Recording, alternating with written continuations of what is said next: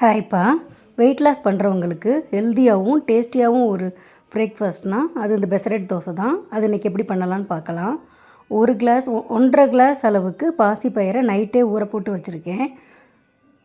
1.5 class அளவு எடுத்துக்கிட்டே நம்ம டீ குடிக்கிற கிளாஸுக்கு 1.5 கிளாஸ் அளவுக்கு எடுத்து ஊற போட்டு வச்சுருக்கோம்.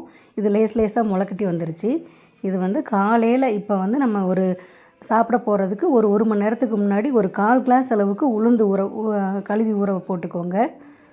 நல்லா 3/4 மணி நேரம் ஊறினதுக்கப்புறம் உளுந்து இப்படி நல்லா வந்திருக்கு, ஊறியிருக்கு. இப்போ இது ரெண்டையும் தண்ணியே இல்லாமல் மிக்ஸி ஜாரில் மாற்றிக்கலாம். தண்ணி நமக்கு அரைப்படுறதுக்கு தேவையான அளவுக்கு பார்த்து ஊற்றிக்கோங்க. முடிஞ்ச வரைக்கும் தண்ணி கம்மியாகவே ஊற்றுங்க.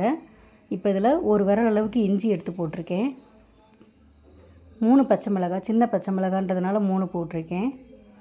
உப்பு தேவையான அளவு போட்டுக்கோங்க. காயம் போடணுன்னாலும் போட்டுக்கோங்க, நான் போடலை, ஆனால் வேணும்னா போட்டுக்கலாம். போட்டு இதை நல்லா மையாக அரைச்சிட்டு வந்தாச்சு. கொஞ்சம் கொஞ்சமாக தண்ணி ஊற்றி அரைங்க. இந்த அளவுக்கு இருக்கணும் மாவு. இப்போ நல்லா அரைச்சதுக்கப்புறம் மாவை ஒரு பாத்திரத்தில் மாற்றிக்கலாம். நல்லா மாவே பார்க்குறதுக்கு நல்லா பஞ்சு மாதிரி இருந்தது. இந்த மாவு எப்படியும் ஒரு 10-15 தோசைக்கு வரும். 2 நாளைக்கு வச்சுக்கலாம். இப்போ அடுப்பில் கல் காஞ்ச உடனே தோசை ஊற்றிக்கலாம். இந்த அளவுக்கு ரொம்ப சின்னதாக ஊற்றி சாஃப்டாக சாப்பிடணும்னு கொஞ்சம் வயசானவங்க அப்படி நினச்சாங்கனாலும் கொடுக்கலாம். இல்லை பிள்ளைங்களுக்கு மொறுன்னு கொடுக்கணும்னு நினச்சா இன்னும் கொஞ்சம் பெருசாக ஊற்றி நெய் ஊற்றி பல்லாரி வெங்காயம்லாம் போட்டு மொறுன்னு கொடுக்கலாம். முடிஞ்ச வரைக்கும் இதில் எண்ணெய் ஊற்றாதீங்க, நெய் ஊற்றிக்கோங்க.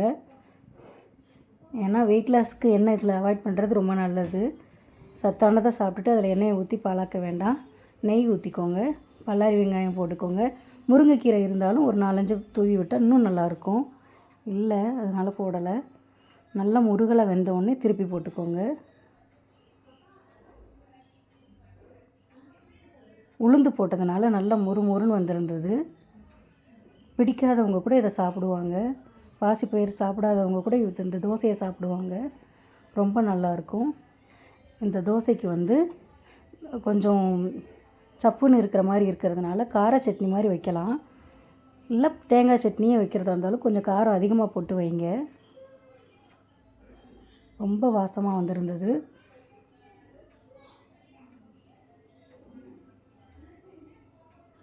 பாருங்கள், நல்லா இருந்தது. இதுக்கு நான் இன்றைக்கி தேங்காய் சட்னி வச்சுருக்கேன். கொஞ்சம் காரம், பச்சை மிளகாலாம் போட்டு அதிகமாக நல்ல காரமாக வச்சுருக்கேன். நீங்களும் இந்த பெசரட் தோசை வீட்டில் ட்ரை பண்ணி பார்த்துட்டு எப்படி வந்ததுன்னு எனக்கு கமெண்ட் பண்ணுங்கள். தேங்க்யூ.